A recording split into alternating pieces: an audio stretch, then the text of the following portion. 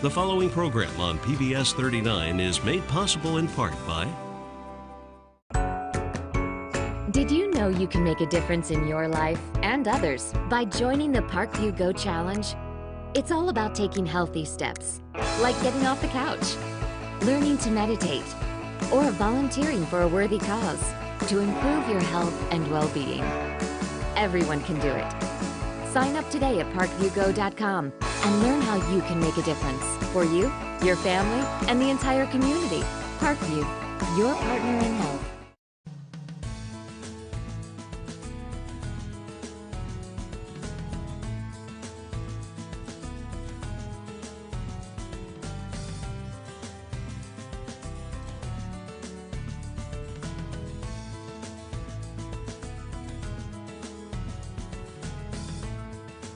And good evening. Thank you so much for watching PBS 39's Healthline tonight. I'm your host, Mark Evans. Very excited about the guests we have tonight. In fact, we have two, one of whom hasn't been here in a couple, maybe even 3 years, and it's Dr. James Edlin, colorectal surgeon. I thought you retired or something. Yeah, good to see you, Mark. Good to see you, too. Yeah. Nice to have you back on the show. Thank you. Don't be such a stranger. No, all right. And you brought a new associate Yes, with you. this is our newest partner, Introduce him. Dr. Sunil Reddy.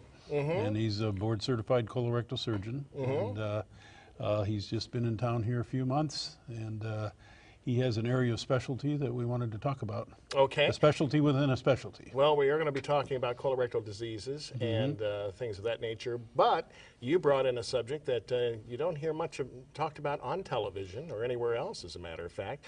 And this looked very familiar because I had a stepfather about 50 years ago. He had this particular disorder. So it brought back some not so pleasant memories, to be honest with you. But they have changed the procedure, and it's pilonidal.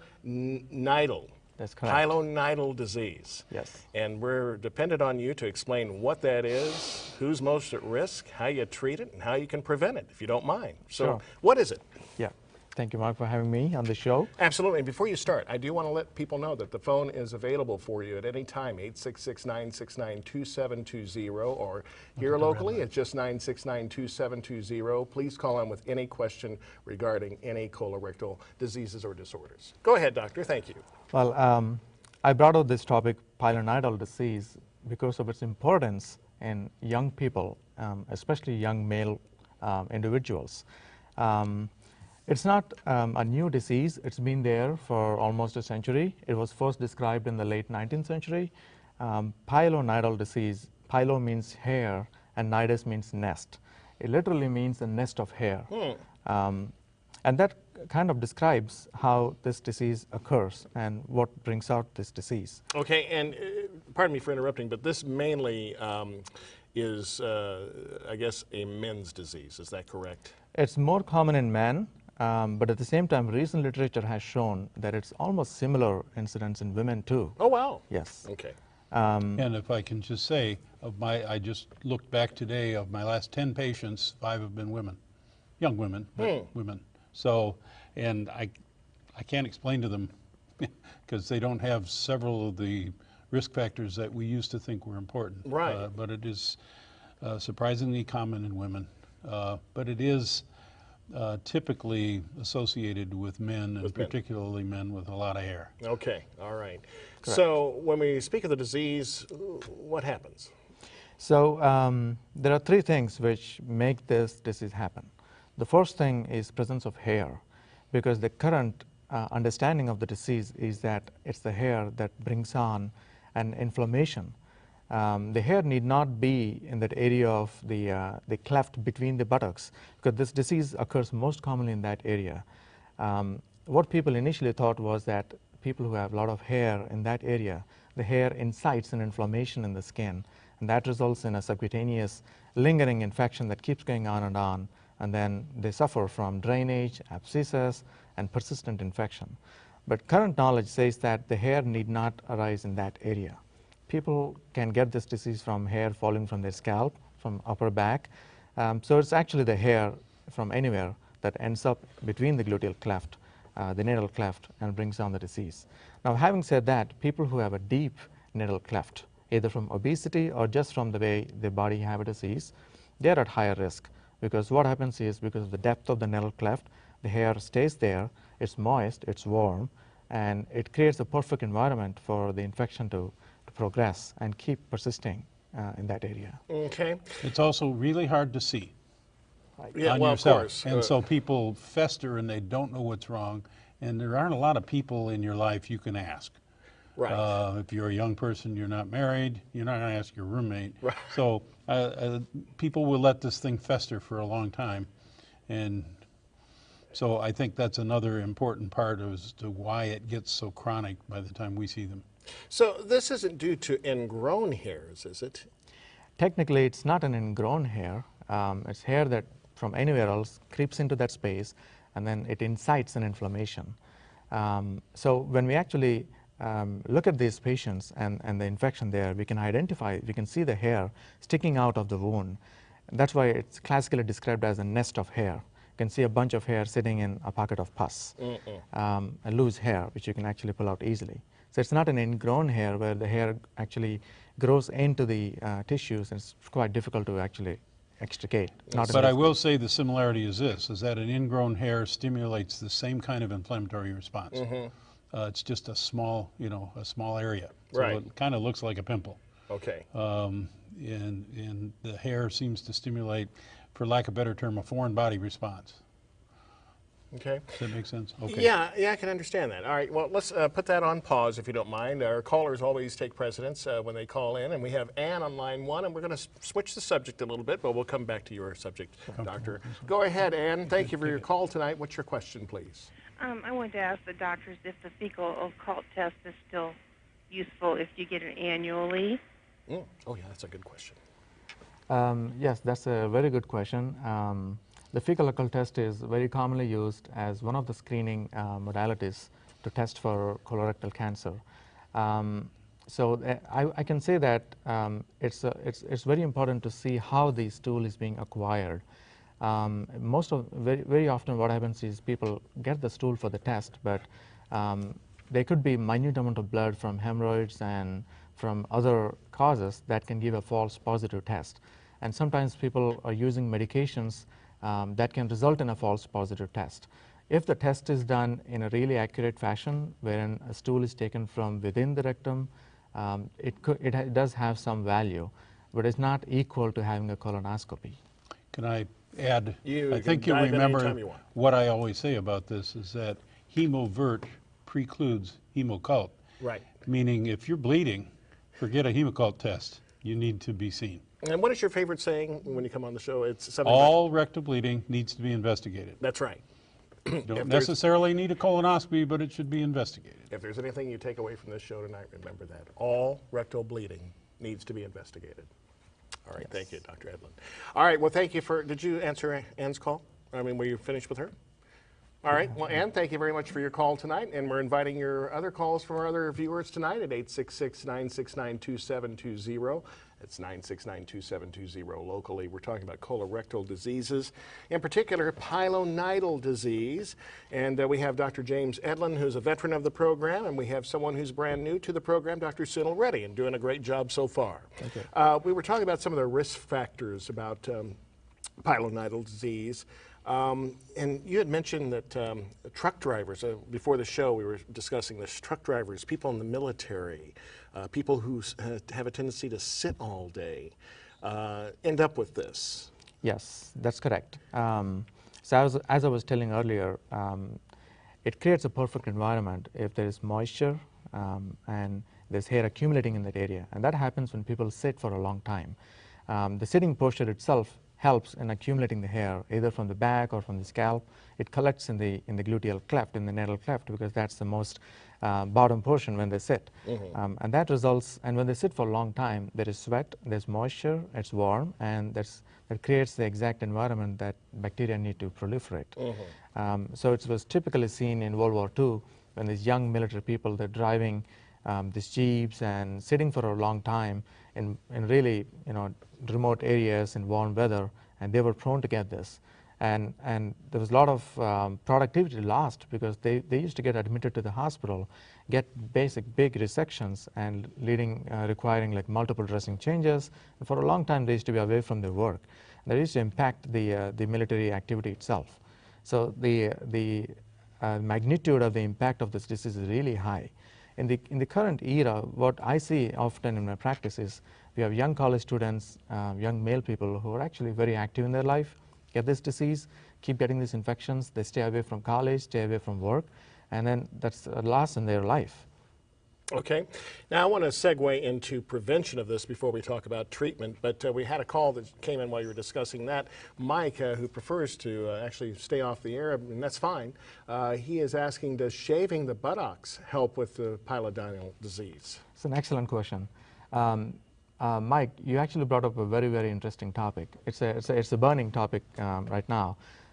Since we are discussing so much about hair, why not just shave the buttocks and keep doing it, and will that prevent?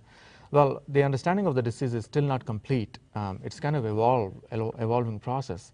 In the current era, we think hair plays a very important role, but we do see this disease sometimes in people who have absolutely no hair, like women with no hair at all in that area, and they still get this disease.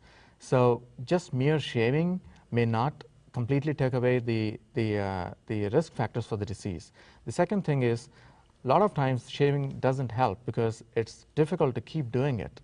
Many people get the disease back because they just can't keep doing the shaving again and again. And studies have shown that repeated shaving can actually cause this disease by making injury in the skin. And that can lead to more hair getting caught in those wounds, and that can aggravate the problem. Yeah, and you mentioned that truck drivers seem to get this as well. Also, you happened to mention at the earlier part of the show, young people. Why are young people more subject to get this than older folks? I think it's because of their physical activity. They're working, they're sitting for a long time. If they're doing an office job, if they're truck drivers, they're driving, they're sitting. It's the work and their activity which makes it a better environment for this to keep happening. And because I'm an old grandpa, I tell them it's their posture. They sit on their tailbone instead of sitting on what I call the bicycle bones. Those two bones, you're supposed to sit on those, supposed to sit on a firm chair. You're not supposed to slouch. If you look at any classroom environment, if you see it on TV, you'll see them all slouching. And their moms all agree with me. One of the things I tell when they've had surgery and they go back to school, I have them get a chair and turn it around and sit on it backwards like that, and that, you know, that keeps them from having to stand in the back of the room, and everybody knows why. Right. Okay. Well, we're going to talk about treatment options here in just a moment. Well, I thought we had a phone call coming in, but I guess they're going to go ahead and continue working on that. So we've talked about the risk factors. We've talked about what actually causes this. So, and feel free to use your slides if you'd like. Treatment options. What's in store for that? Okay, so before discussing treatment, I would mention a few things about the diagnosis. Oh, okay. So unlike many other diseases, diagnosing a pilonidal disease is one of the easiest things to do. Patients come to us with drainage infection in that area. All that a physician has to do is examine really closely, and you can see these pits with hair in it. You don't need high-tech imaging, you don't need a CAT scan, you don't need an ultrasound. It's just basic clinical exam. So the diagnosis is so easy. That's why I emphasize that these diseases can be picked up so easily in the office with careful exam. And coming to, yes, The way they wear their pants now, you don't even need to take them down. You get very easy access to most of the young people. They just slide down the underwear, and there it is. Could that be a problem with the way they're wearing their pants? I don't think so. You don't think so? Okay. No. Yeah. They don't look comfortable, but it doesn't cause pilonidal trouble. Okay. Go ahead, Dr. Reddy. Okay. Now coming to treatment options. So the treatment, I would say, broadly classify under 3 classes. The first treatment is kind of preventive, as Mike had called earlier, shaving. We can recommend keep shaving and keep the area clean, and hoping that it may not come back again. The second thing is when they come with an pus pocket, that's usually the first presentation. They come with a pocket of pus. You don't know what it is, and you examine and see their pits, and then a pocket of pus and some hair, and that's how you make the diagnosis. But at that time, you take care of it by lancing the abscess, letting the pus out, That way their pain is controlled, and then we see them back how far advanced the disease is. When you see them back in the office and if you see that they really have a pilonidal disease, this is what I tell them. They can wait, keep local hygiene, use antibiotics for some time, and hope that it just settles down. But unfortunately, at least half of times, 50% of the times, it comes back. That's what makes this disease a recurrent disease, and that's why it impacts people so much, because it keeps coming back. And that's when we move to the second phase of the treatment, wherein you actually definitively treat the whole area. So there are multiple variations in the treatment available depending on the surgeon, depending on the patient factors. The simplest way to treat it, which has been time tested, is to excise all that area in the middle of the region between the buttocks, because that's where things are collecting and that's what is causing the problem. So you excise all that, you cut everything out in the operating room, and then you leave the wound to slowly heal on its own. By doing that, you're eliminating the factors that have resulted in formation of the pilonidal disease to begin with. But the problem in that is now you have a big wound, people take time to heal. And when they're healing, they cannot go back to work. They have pain. So I think that kind of is a setback in this treatment. But it is time tested, and people have shown that by doing that, the recurrence is quite low. Okay.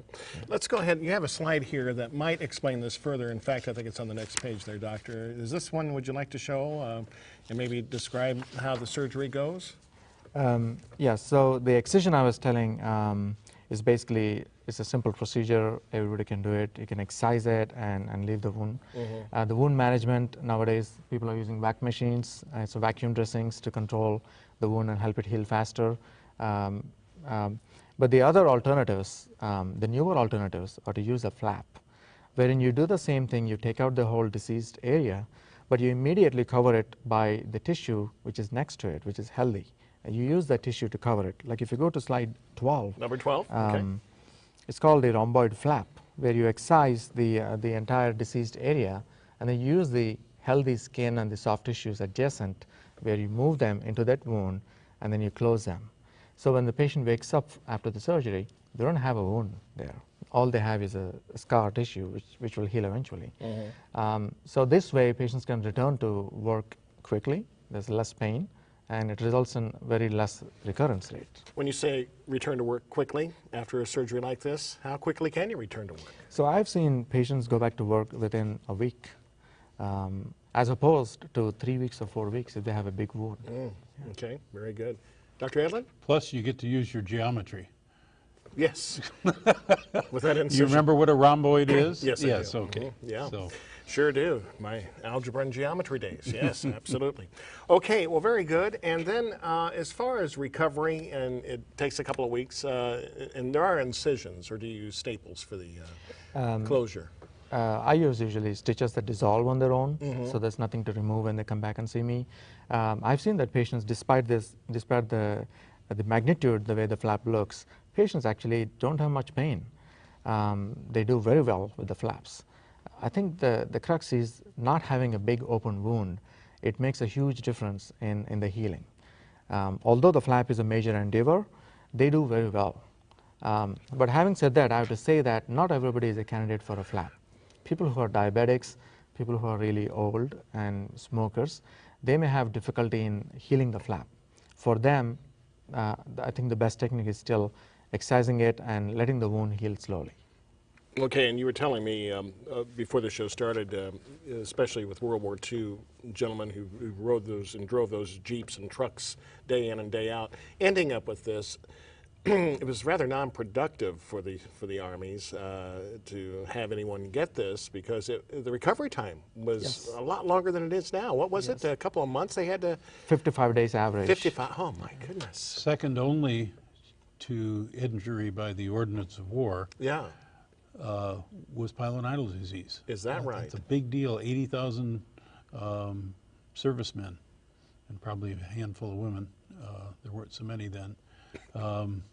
we're downed by this. And it's just a big deal. And then with the advances of surgery and medical technology, It's a pretty common thing in our practice. excuse me. Yes. Very, very good. All right, well, what else can we talk about as far as this goes, or we want to change subjects? It's all up to you, doctors. I do want to mention that Excuse me. in treating the pilonidal disease, you need to excise the entire area because it can come back. Most of the times, the reason it comes back is because the excision is not complete. Although this disease involves the region a little far away from the anal canal, the excision area goes close to the sphincters. So this is not something for the average surgeon to do. You need expertise. I think colorectal surgeons understand the anatomy of the anal canal perfectly. So we are confident in taking out the disease, preserving the sphincters, and making sure that the recurrence rates are very less. Well, okay, and now here's a question. I thought this was, according to the slide number 12 there that you showed earlier, it doesn't always happen there at the buttocks. It can happen actually lower. It can happen a little lower too. That's where we have to differentiate this from the other diseases that can happen near the anal canal, like a fistula, but those are very close to the anal canal. And this happens a little bit away, but the disease can be under the skin, extending almost up to the sphincters. About once a year, I find someone who has a fistula. Fistula is a tunnel, we've had this conversation before, from inside the anal canal to the outside. And then if the tunnel also extends or connects with the pilonidal cyst, then it's never going to heal no matter what you do unless you deal with the fistula portion too. Right. And so, as I say, about once a year I get one. Someone has attempted to do something with it, and the reason that it's not healing is because it actually is related to a fistula. Okay. Many, but not all fistulas are related to underlying disorders such as Crohn's disease. And I might add, while we're on the subject of general health, all of these kinds of things are made worse by smoking. I will say that my plastic surgery colleagues won't operate on somebody to do a flap if their urine test is positive for nicotine. Because they believe that much that smoking inhibits healing. So if you're a smoker, then we leave the wound open and let you heal by secondary intent, because a flap requires blood supply, and it's remarkable what a cigarette does when they measure cutaneous oxygen flow, the skin flow of oxygen, cuts down on it and it inhibits wound healing. Okay. And it also, the incidence of these kinds of infectious processes for, we're not sure the mechanisms are much more frequent in smokers. It's just another in the long list of reasons not to smoke. Okay, very good. Lesson learned. Doctors, since we have a few more minutes left in the program and we're waiting for another couple of calls, let's talk about how the war is going between humanity, I should say, and colorectal cancer. How are we doing with that? Are we making strides? Since 1970, the incidence of colorectal cancer has diminished steadily.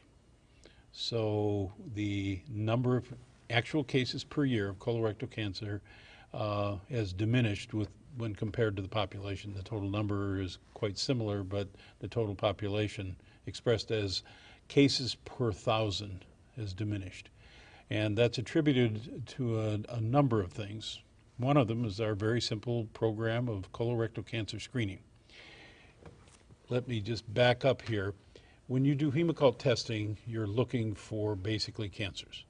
When you do colonoscopy and polypectomy, you're doing preventative, you're not detecting, you're preventing. There's a difference between detection and prevention. Detection is what hemoccult does. We have some other tools that we're still assessing. The DNA test, Cologuard, that tests for cancer-like DNA in the stool, has some great promise. We just don't have enough years of experience to know exactly how to use it, whether it can basically decrease the number of colonoscopies that people have to have. But colonoscopies with polypectomies, our penetration is about 50% of people who should have them have them. That's not good enough. It's not. But we've still made a dent. Some other things, smoking has decreased, and smoking, certainly in rectal cancer, in the big VA studies, was another risk factor. And certainly everything we like, high-fat food, smoking, obesity, and drinking, all predisposed to colon cancer. What about age? And age, the problem I have with the age guidelines with regards to colonoscopy is that the incidence of colorectal cancer increases as we get older, with everything else held the same. By the time you're 90, and a lot of people are living to be 90, Absolutely. the likelihood of having a colon cancer is 20%.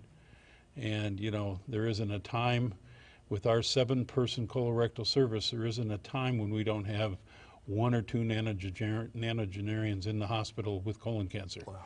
And yet people come to me every day and say, I read in the paper so-and-so said you shouldn't have a colonoscopy after a certain age. And I said, well, that's really not my decision, and I don't think it's theirs, it's yours. If you're tired of it and you don't want to do it, just know that we always have somebody in their 90s that has a colon cancer, and you know, who's going to tell them, well, you're going to die of that. Yeah.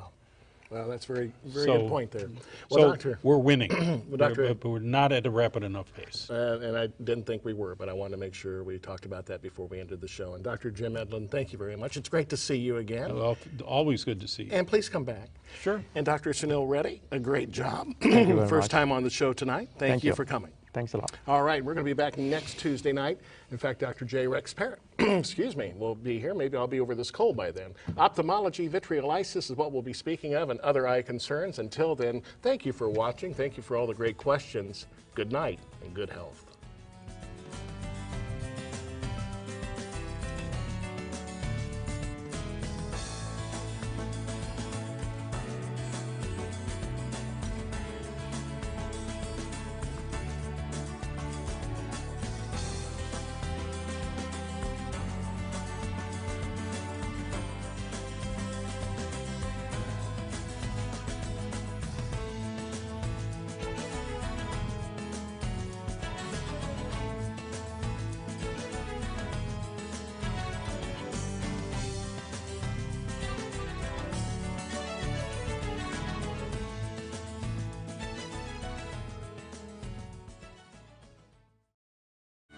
The preceding program on PBS 39 was made possible in part by...